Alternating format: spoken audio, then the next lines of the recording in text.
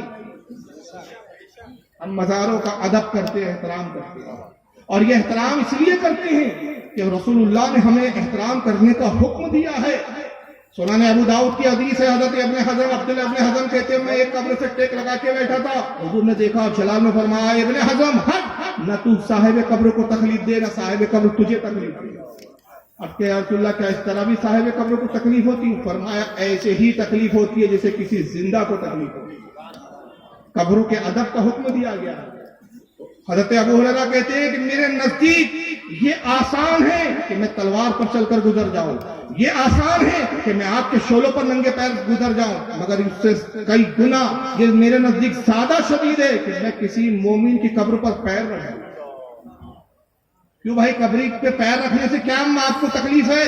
مٹی کا تو ڈھیر ہے آخر نہیں. انہوں نے بتا دیا 1400 سال پہلے عقیدہ.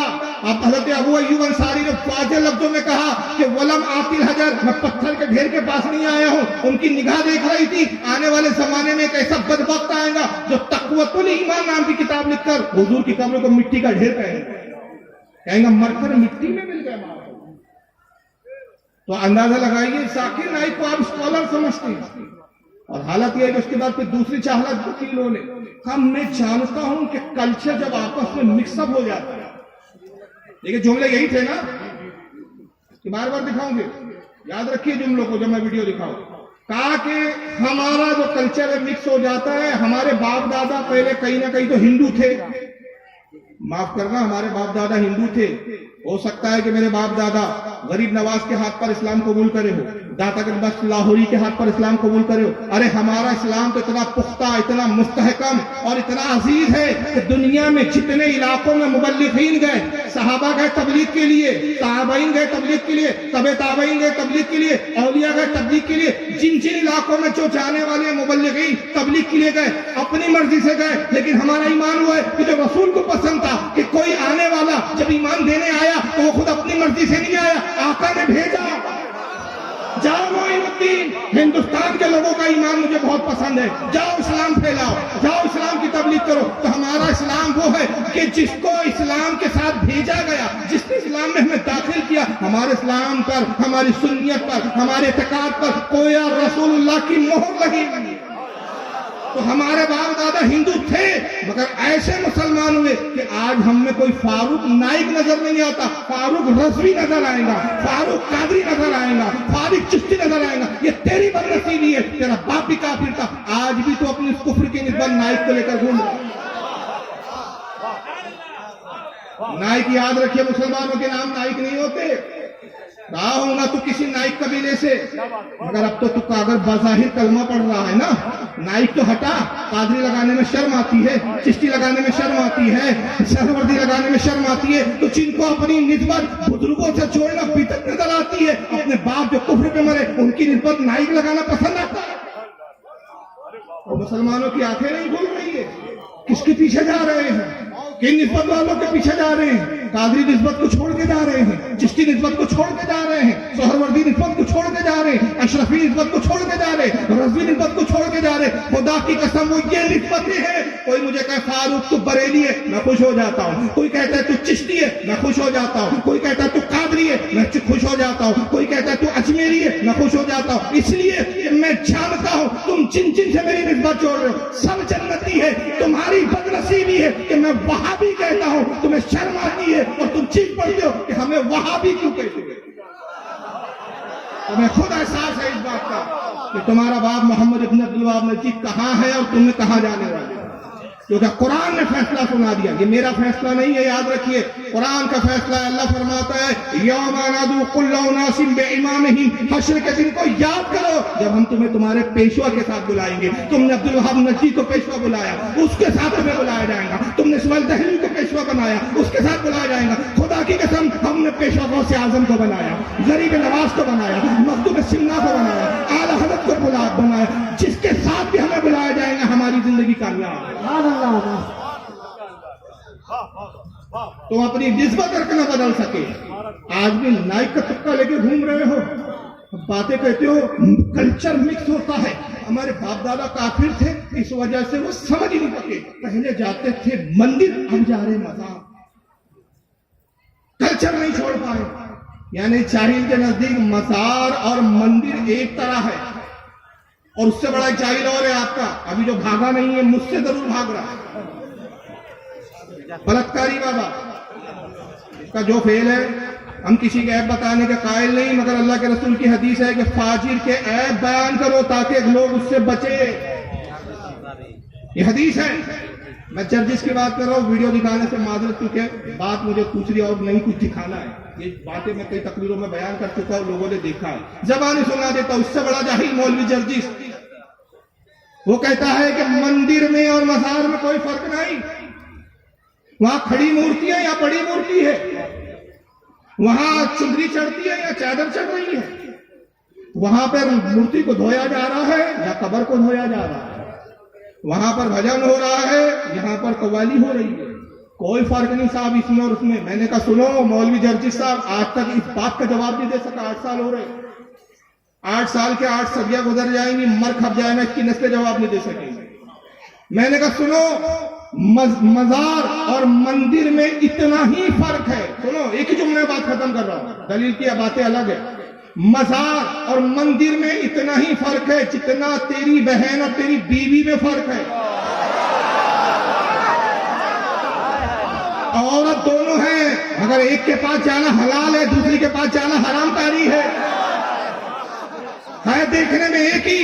تو وہاں پر اگر چاہتے ہو, میں نام نہیں لوں گا, ہندوستان کی فضا بڑی ٹائٹ ہو گئی ہے, یہاں جاتے ہو یا لعنتیں ہیں, یہاں جاتے ہو برکتیں اور رحمتیں. جہاں یہ ہو وہاں لعنتیں اترتی ہے, اور یہ جہاں ہوتے, ارے یہ ہو تو کیا کہنا, یہ جہاں ہو یہ نہ ہو, اور ان کا ذکر کہیں بھی ہو تو عند ذکر صالحین تنزل الرحمہ, جہاں صالحین کا ذکر ہوتا ہے وہاں رحمت اترتی ہے. ان کے ذکر سے جب رحمت اترتی ہے تو یہ جہاں خود موجود ہو وہاں کتنی رحمت ہے, اندازہ نہیں لگا سکتے. مگر جرجس صاحب اور ان کو دیکھ لیجئے, مہاراج رب کیا نام ہے, گنائک صاحب کا, دونوں کہتے ہیں کہ صاحب پہلے جاتے تھے مندر باپ دادا, اب جا رہے ہیں مزار. اور میں جانتا ہوں کلچر مکس ہو جاتا ہے. جب کلچر مکس ہو جائے تو جانا نہیں چاہیے پھر, کیونکہ شرک ہے. مزار کو بنانا پھر جو ہے انہوں نے کہہ دیا سب حرام ہے. میں اس کے جواب میں صرف ایک بات عرض کرتا ہوں, مزار پر جانا شرک تو بہت دور کی بات ہے, رسول اللہ کی سنت ہے, اور سنت شرک ہو سکتی ہے. جو شرک ختم کرنے آیا ہو اس کا فعل شرک ہو سکتا ہے. جو تصور کرے, میں کہتا ہوں وہ کافی ہے. نبی شرک مٹانے آئے ہیں, شرک کو فروغ دینے نہیں آئے. آقا صلی اللہ علیہ وسلم کی سنت کیسی ہے, اصحاب بدر کی قبروں پر مزاروں پر گئے سرکار, اصحاب احد کی قبروں پر گئے. ارے یہاں تو گئے, ایک موقع تو وہ تھا کہ میں حیران ہو گیا کہ یا رسول اللہ اتنا اہم موقع, وہاں بھی آپ مزار پہ جا رہے ہیں. وہ موقع تھا کہ خدا نے بلوایا, یہی معراج کا موقع ہے, یہی رجب کا موقع ہے, یہی وہ مہینہ ہے جب آقا کو بلایا گیا, یہی رجب المرجب, آقا کو اللہ نے بلایا. حضور دیدار خدا کے لیے جا رہے ہیں, مگر ایک مقام پر حضرت جبریل روک کے کہتے کہ یا محمد ٹھہر جائیے, جبریل اللہ سے ملنا ہے. میں اس کو یوں پیش کرتا ہوں, ابھی فی الحال مجھے تاج شریعہ پردہ فرما ہے, لیکن ابھی آپ تصور کی دنیا میں جائیں, سمجھے کہ ابھی حیات ہے, اور ہمارا عقیدہ ہے کہ حیات ہے, ہر ولی ہر بزرگ حیات ہے, لیکن ظاہری حیات ہے. مان لیجئے کہ وہ, میں بنگال آیا, پتا چلا کہ کچھ ہی دور پر, تھوڑے ہی 2-4 کلومیٹر دور حضور تاج شریعہ کا قیام ہے. ان کو بھی پتا چلا کہ بھائی فاروق رضوی صاحب بنگال آئے ہوئے, تو انہوں نے اپنے خادم کو بھیجا, کہا کہ دیکھو فاروق بھی آئے ہوئے, جاؤ ان کو اطلاع دو کہ کچھ کام ہے, کچھ بات چیت کرنا ہے, کچھ مشورہ کرنا ہے, کچھ باتیں سنانا ہے, کچھ نصیحت کرنی ہے, بلا لاؤ. اب اندازہ لگائیے حضور تاج شریعہ جیسی شخصیت مجھے بلائیں گی تو میرے جانے کی رفتار کا عالم کیا ہوگا. بلانے والی شخصیت بہت عظیم, اللہ کی بارگاہ میں جانا تھا, اس لیے تو براق لائی گئی ہے کہ رفتار تیز ہو, تاخیر نہ ہو. اب میں نکلا ہوں تاج شریف کے ملنے کے لیے, راستے میں مولانا شوکت علی صاحب نے کہا فاروق صاحب رک کے 10 منٹ بعد, میں کہا نہیں ابھی نہیں, واپسی میں بات کروں, ابھی تاج شریف سے آگے بڑے مولانا محبوب علی صاحب مل گئے, مولانا محبوب صاحب نے کہا ارے فاروق صاحب ایک بات کہی ہے رکیے. میں کہا نہیں بھائی ابھی نہیں, ساری باتیں بعد میں, کھانا پینا ناشتہ سب بعد میں. تاج الشریعہ نے بولا تاخیر نہ ہو, مگر کیا بات ہے کہ رسول اللہ جاتے ہیں اور جا رہے ہیں تو روک دیا جبریل نے, آتے وقت نہیں روکا, جاتے وقت روکا ہے اور روک کے کہا یا رسول اللہ محمد رک جائیے. تو حضور نے ارشاد فرمایا جبریل یہاں کیوں رکوایا؟ میں تو اپنے رب کے دیدار کا متلاشی ہوں, اپنے رب کے دیدار میں مگن ہوں, اسی کا متلاشی, اسی کی تمنا میں سفر تیزی سے کر رہا ہوں. یہاں کیوں رکوایا؟ کہا یا رسول اللہ اس لیے رک جائیے کہ یہ موسیٰ کی قبر زیارت کر لیجئے. اور آقا نے صرف اتنا نہیں کہا, صحیح مسلم کی حدیث ہے, کوئی مائیکل علی اس حدیث کو چیلنج نہیں کر سکتا. سیاستہ کا بڑا ان پہ جو ہے سوال رہتا ہے, سیاستہ سے حدیث دکھاؤ, سیاستہ سے حدیث دکھاؤ. تو صحیح مسلم کی صحیح حدیث ہے. اردو نے صرف اتنا نہیں کہا کہ میں موسیٰ کی قبر پر آیا, دعا کیوں چلا گیا, نہیں, بتا دیا کہ صاحب قبر کی کیفیت کیا ہوتی ہے, صاحب قبر کا مقام کیا ہوتا ہے, نیک جو قبروں میں ہوتے ہیں ان کا درجہ اور ان کا مقام اور ان کی عظمت کیا ہوتی ہے. آقا فرماتے مررت علی قبر موسیٰ وہو قائم یصلی, جب میں موسیٰ کی قبر پر پہنچا تو میں نے دیکھا موسیٰ اپنی قبر میں کھڑے ہیں اور نماز پڑھ رہے ہیں.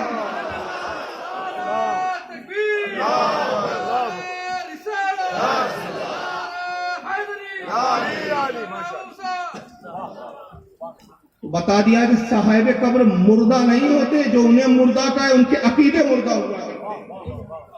صاحب قبر اللہ کے جو نیک ہوتے ہیں, اولیاء ہوتے ہیں, انبیاء ہوتے ہیں, اپنی قبروں میں حیات ہوتے ہیں, نماز پڑھتے ہیں. اور یہ حد تواتر تک پہنچی ہے یہ روایت, حد تواتر تک. اس پر مستقل ایک رسالہ امام بہقی نے لکھا اور الحمدللہ میں نے اس کو تخارج کے ساتھ ترجمہ کیا, انٹرنیٹ پہ رسالہ موجود ہے, جا کے دیکھ لو, اس کا نام ہے حیات الانبیاء, نیٹ پہ موجود ہے, مستقل چھپا بھی رضا اکیڈمی نے چھپا ہے.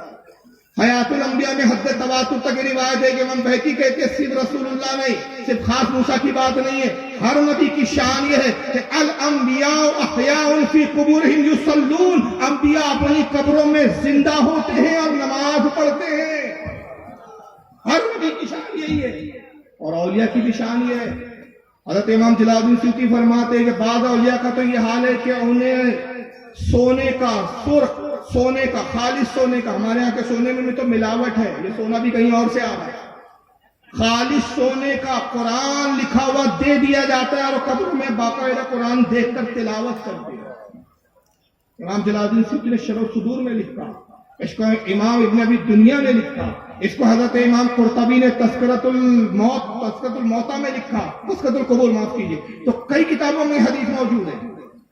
تو آقا فرماتے ہیں کہ جب میں موسیٰ کی قبر پر آیا, میں نے دیکھا موسیٰ اپنی قبر میں نماز پڑھ رہے ہیں. موسیٰ علیہ السلام فارغ ہوئے, حضور نے سلام میں پہل کی, گفتگو ہوئی, حضور آگے بڑھ گئے. تو جبریل نے روکا کیوں تھا؟ روکا اس لیے تھا کہ جبریل کی نگاہ دیکھ رہی تھی آنے والے زمانے میں ذاکر نائک جیسے جاہل آنے والے ہیں, تو وہ کہیں گے مزار پر جانا ہندو کلچر, باپ دادا جاتے تھے مندر, اب جا رہے مزار, تو اللہ کے نبی اس کی کاٹ آج ہی 1400 سال پہلے کر دیجئے تاکہ آپ یہاں رکے, موسیٰ کی قبر کی زیارت کرے, تاکہ یہ سنت بن جائے کہ قبر کی زیارت کروانا میری سنت, قبر کی زیارت کرنا یا رسول اللہ آپ کی سنت, دو سنتیں قائم ہیں.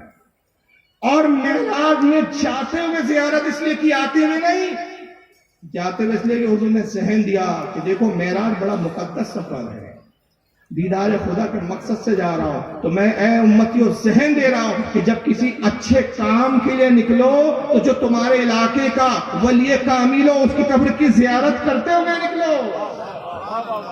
یہی وجہ ہے کہ ہمارے اہل سنت میں معمول ہے, ہم حج کے لیے بھی جاتے ہیں تو پہلے علاقے کے ولی کی بارگاہ میں حاضر ہوتے ہیں. اور اعلیٰ حضرت نے اس کو یوں کہہ دیا, ان کے طفیل حج بھی خدا نے قرار دیے, اصل مراد تو حاضری پاک ادھر کی. تو بہرحال یہ ذاکر نائک صاحب کا معاملہ تھا, قبروں کی زیارت ان کو شرک و بدعت نہ ڈالا. اور پھر اس پر ایک اعتراض اور ہوتا ہے, چونکہ حضرت محبوب الاولیاء جن کا ملک منا رہے ہیں, مجھے بتایا گیا کہ مذہوب, تو ایک طبقہ ایسا ہے کہ جو مذہوبیت کا ہی انکار کر دیتا ہے, اور پھر ایسی ایسی توہینیں اور ایسی ایسی بدتمیزیاں کرتے ہیں یہ لوگ, جس کو سننے کے بعد آدمی حیران ہو جاتا ہے کہ یار یہ لوگ واقعی مسلمان ہیں یا ان کو مسلمان کہنا بھی درست ہے یا نہیں. درود شریف پڑھیں آپ تو میں بتاؤں. اللہم صلی اللہ علیہ وسلم. وہ بزرگ یہ جناب ہے توصیف الرحمان صاحب، سعودیہ میں رہتے ہیں اس وقت، ہے تو پاکستان کے لیکن سعودیہ میں رہتے ہیں، اور وہاں یہ کیوں رہتے ہیں؟ زکات خیرات صدقات سب وہیں سے ملتی ہے، سارے لوگوں کا پاپی پیٹ وہیں سے بھرتا ہے۔ اب سنیں، بزرگ نہیں ہوا کرتے جن کا سر سے لے کر پاؤں تک ہر چیز ہی ننگی ہوتی ہے، بڑی بڑی مونچھیں، بڑے ہوئے بال، گندگی اور بدبو، ننگا ننگ منگ تلنگ جا رہا ہے۔ یہ کچھ نہیں کہنا، یہ اونچی بھی سرکار ہے، مظلوم ہے، ان کچھ نہیں کہنا۔ سر سے ٹوپی اتار دو تو تم گستاخ ہو، تمہاری نماز نہیں ہوتی۔ سر سے ٹوپی اتار کے سر ننگا کرو گے، وہابی ہو، گستاخ ہو، بد مذہب ہو، آپ کی نماز نہیں ہوتی۔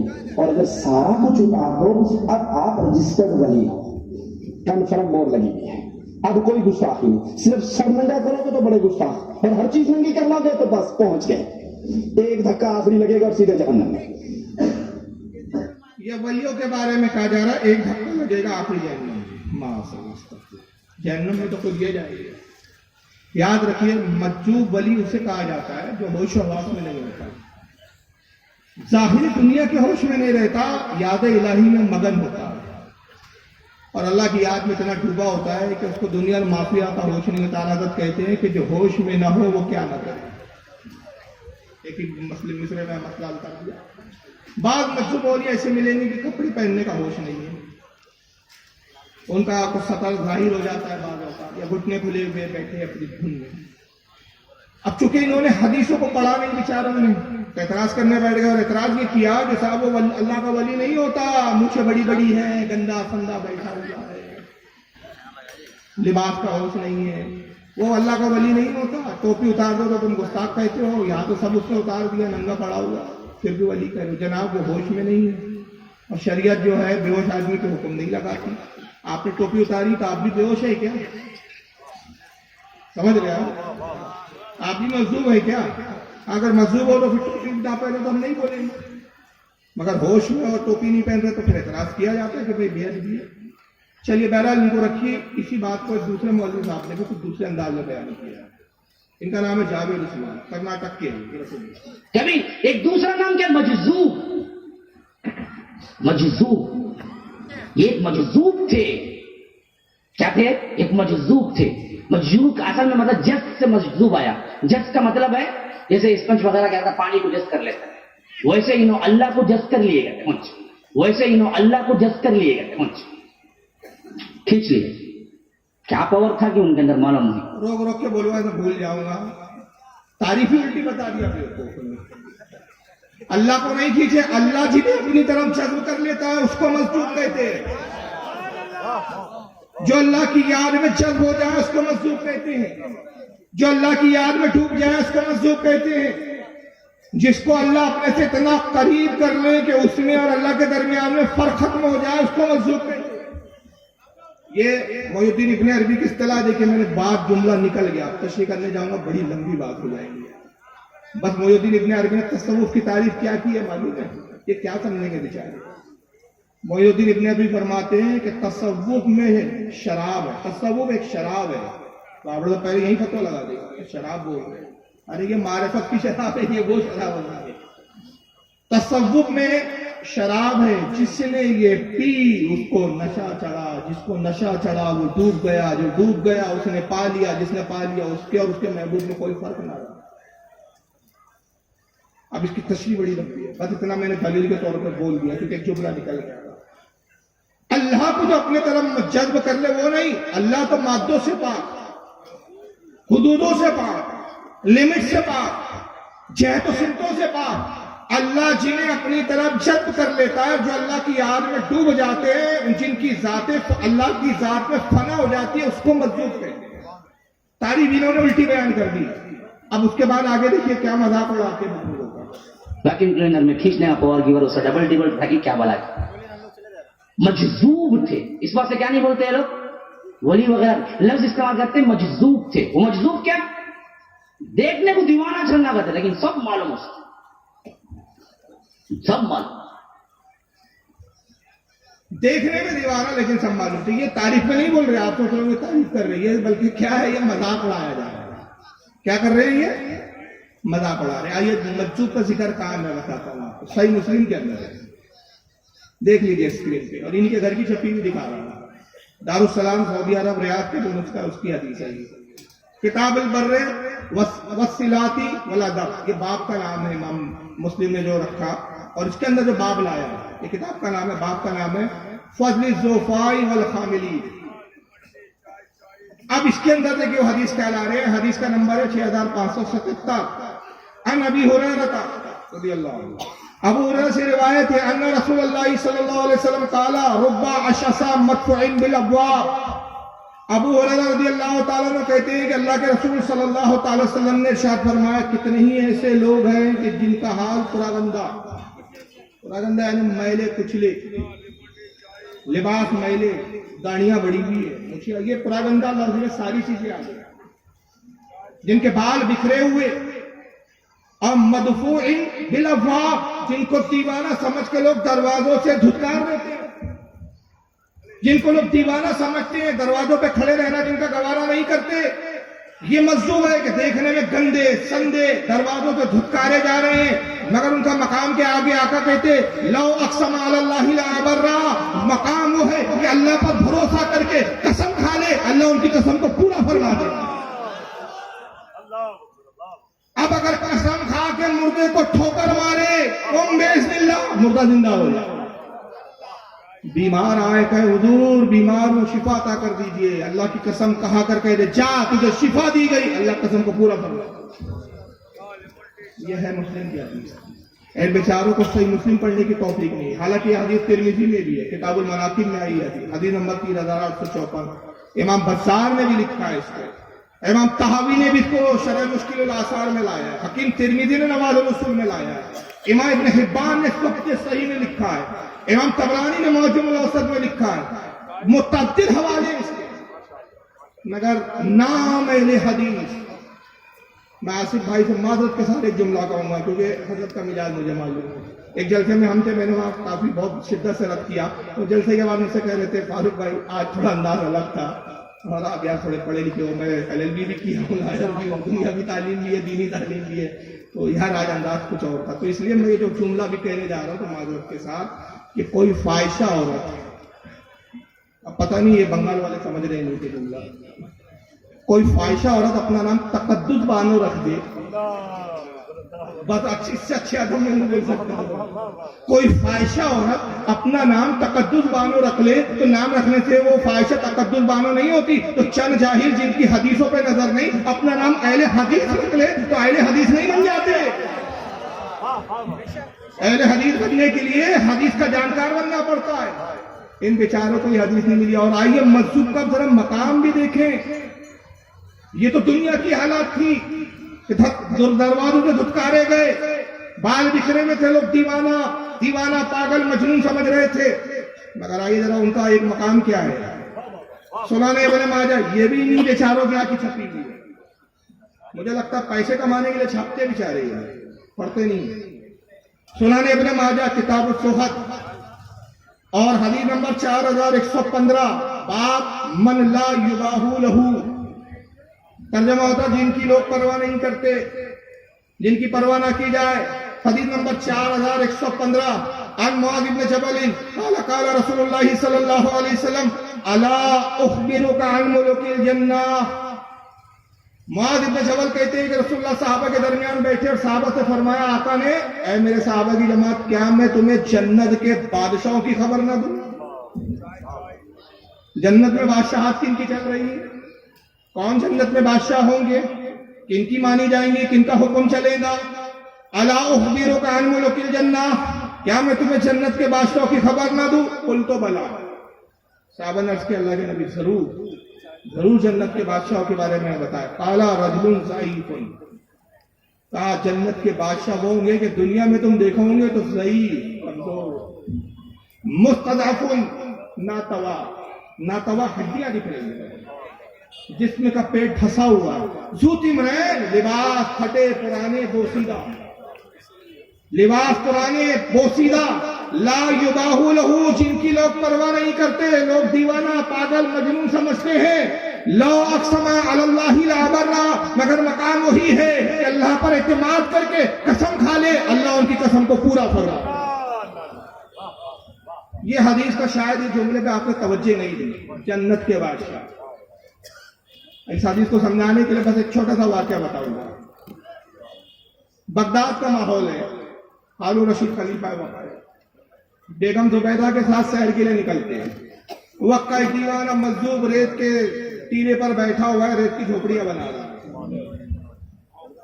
دنیا بہلول دانا کہتی ہے، نام بہلول دانا، حرکتیں نادانوں کی طرح، لا یباہ لہم، لوگ پرواہ نہیں کرتے، شہر سے باہر۔ پوری حدیث کا جغرافیہ اسی میں آ گیا۔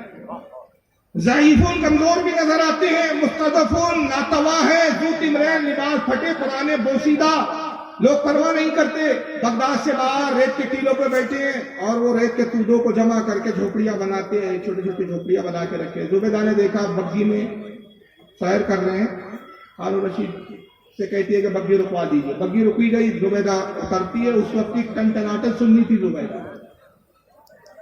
آنے کے بعد بزرگ کے قریب آئی، سلام کیا، السلام علیکم۔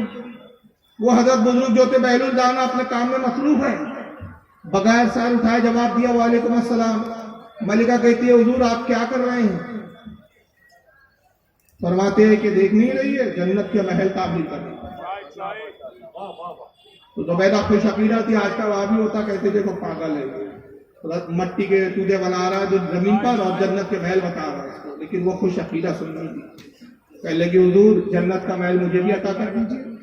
زبیدہ فری میں نہیں دیں گے، اگر جنت کا محل چاہیے تو خریدنا پڑے گا۔ کہا حضور قیمت دینے کے لیے تیار ہو، بتائیں کیا قیمت ہے؟ فرمایا 1 درہم،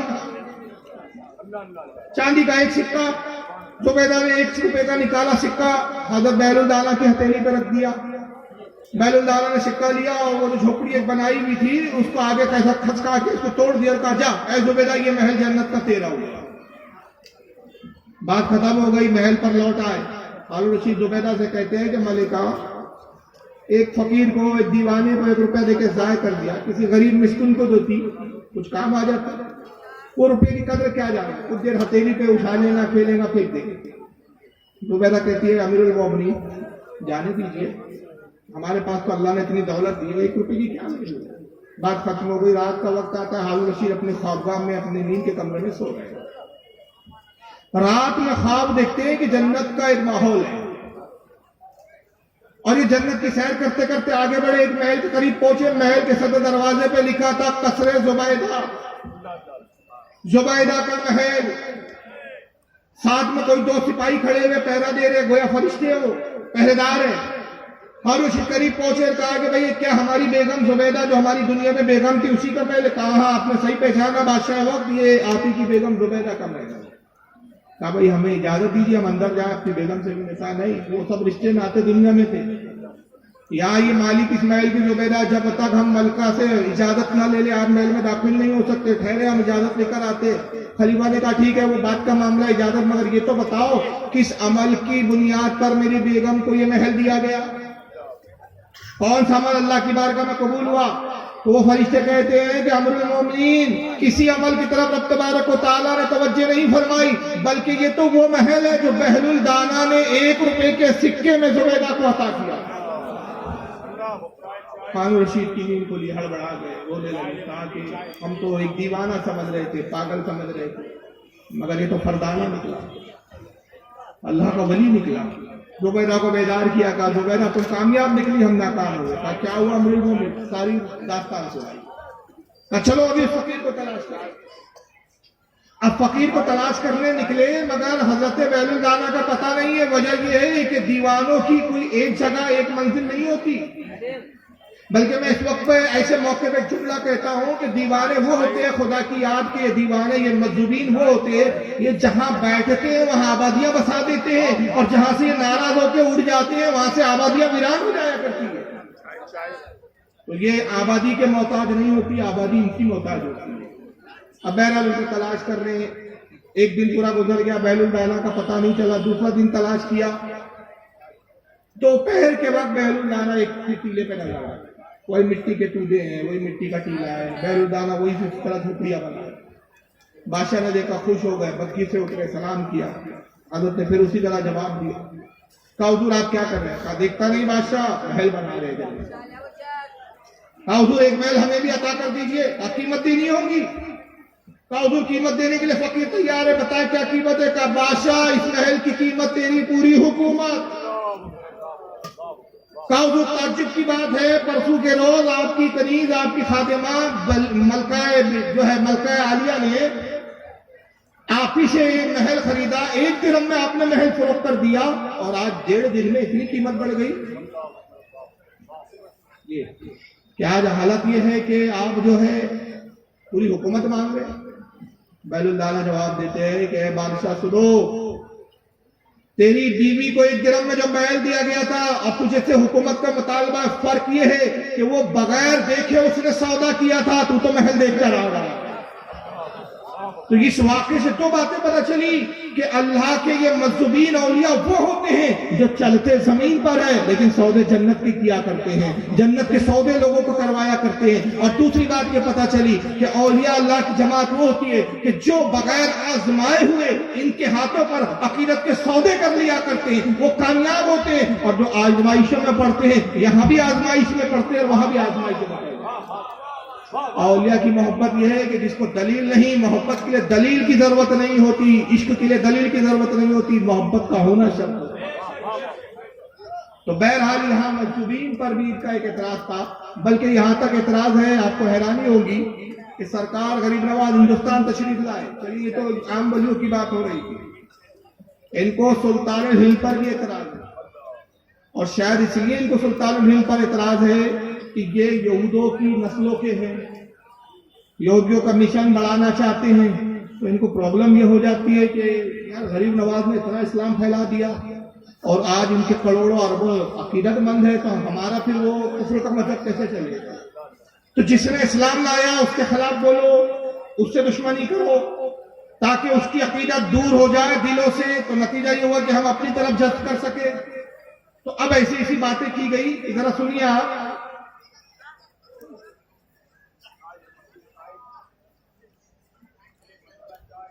یہ ایک صاحب ہے جلال الدین جو سابق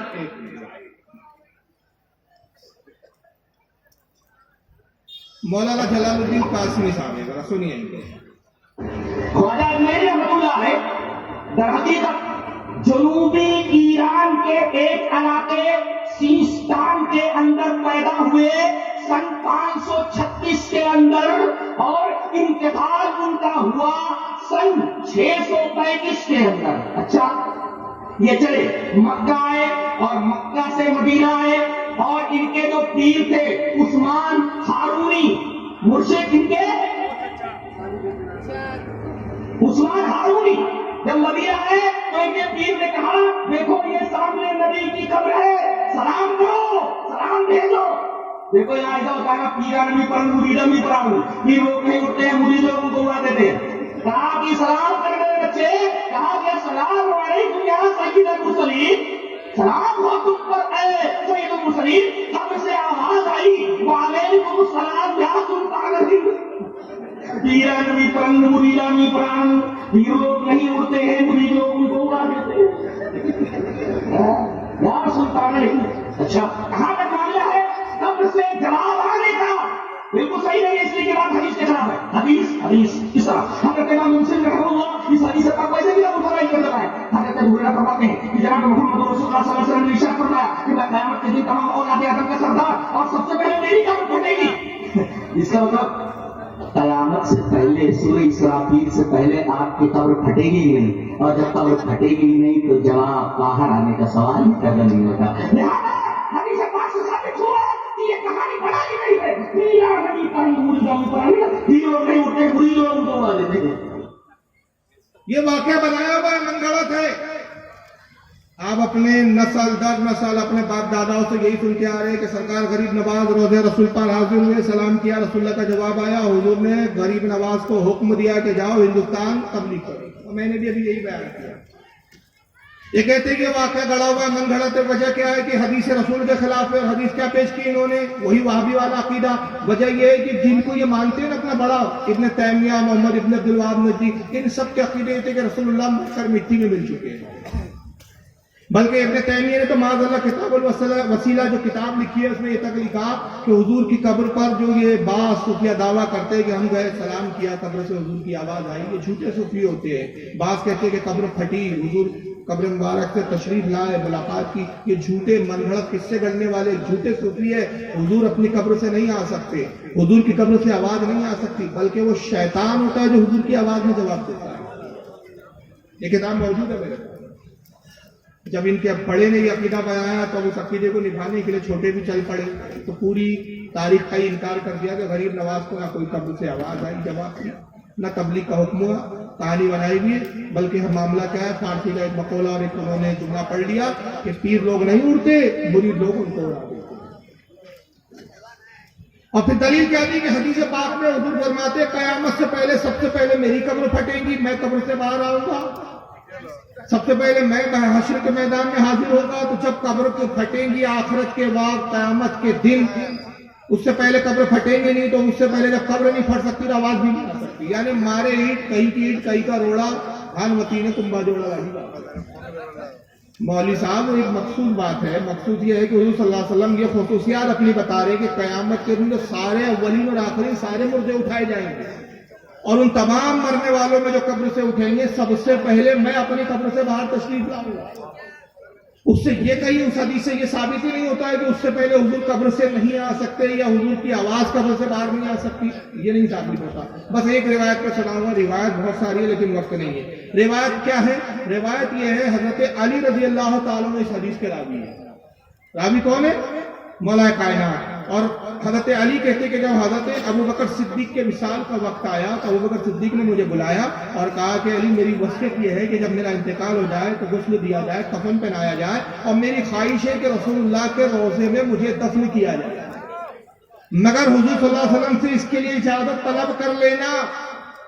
اگر اجازت ملے تو دفن کرنا، اجازت نہ ملے تو دفن مت کرنا. حضرت علی فرماتے ہم نے وصیت کے مطابق ویسا ہی عمل کیا، غسل دیا، نماز جنازہ پڑھائی گئی اور اس کے بعد ہم جنازہ لائے. حضرت علی کہتے میں وہ پہلا فرد تھا جو سب سے آگے آیا، حضور کا روضہ رسول کا دروازہ بند تھا، اور آنے کے بعد میں نے رسول اللہ کی بارگاہ میں عرض کیا، قلت یا رسول اللہ صلی اللہ علیہ وسلم ھذا ابو بکر مستاذن، کہا کہ یا رسول اللہ یہ ابو بکر صدیق ہے، آپ کے رفیق غار ہے اور آپ کی قبر پاک کے پہلو میں، آپ کے پہلو میں دفن ہونے کی اجازت چاہتے. مولا کائنات فرماتے فرأیت الباب قد تفتحا، خدا کی قسم میں نے اپنی آنکھوں سے دیکھا کہ روضہ رسول کا دروازہ خود بخود کھل گیا،